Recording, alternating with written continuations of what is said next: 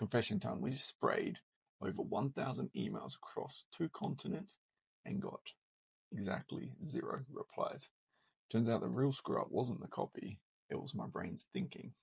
If Australia's dead, then let's try USA. Don't believe me?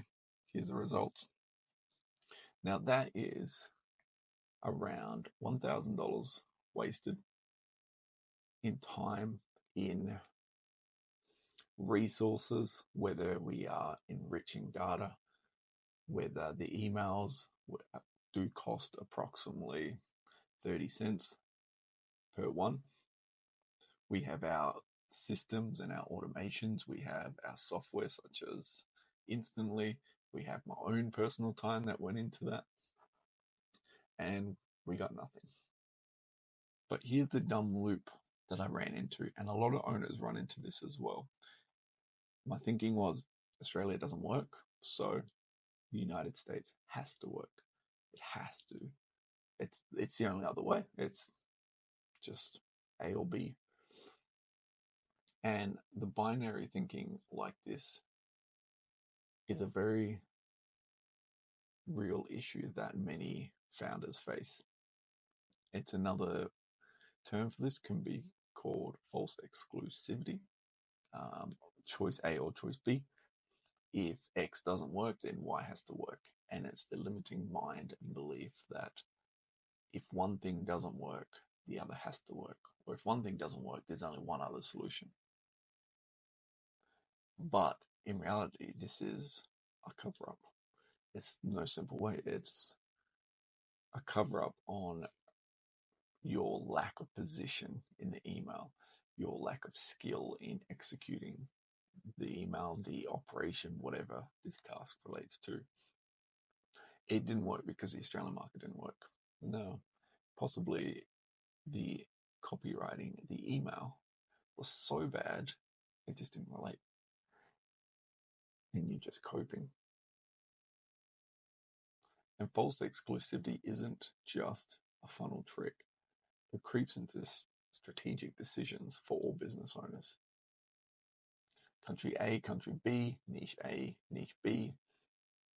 If fitness niche doesn't work, the recruitment niche does. It doesn't, and there's always a different door to go through. Australia may not work, America may not work. Why not Brazil? Why not Europe? Why not UK? Why not do both at the same time, split it, and then change the messaging? So upon reflection, we looked into the messaging, looked into the email, and it turns out this line right here is what was messing it up. It sounds really cool and sexy, but I mean, how many times have these owners and how many times have you, maybe personally you, have received an email with this exact line in it? It just screams cookie cutter, spray and pray, AI. You didn't put any effort into this. And what was worse is that I knew the spots weren't exclusive. If they paid, they're getting in 100%. Why would you turn down free money? So we've come to the conclusion that prospects sniff dishonesty. They know it. And I guess in the back of your mind, you really do know this as well. You do know that people smell bullshit. Yes. Even if you have a slightest smell of it, then they definitely smell it. So what did we do? Recently, we have changed from countries and focusing on this didn't work because of this country. We have focused to angles. This didn't work because we were trying to push productized systems. Even though we dislike productized systems, we pushed a AI phone calling bot in the real estate industry. A flow that assesses resumes and passes it and puts it into a CRM for the people. These are technically against what our business is, which is connection to connection, customized. And we really noticed it when we implemented the product saying, hey, this phone caller will get you X results. Act now, only a few spots left. So we used the same list. We reduced the the viewpoint, the vantage point of this offer, and we made it more relevant to the business model, which is connection.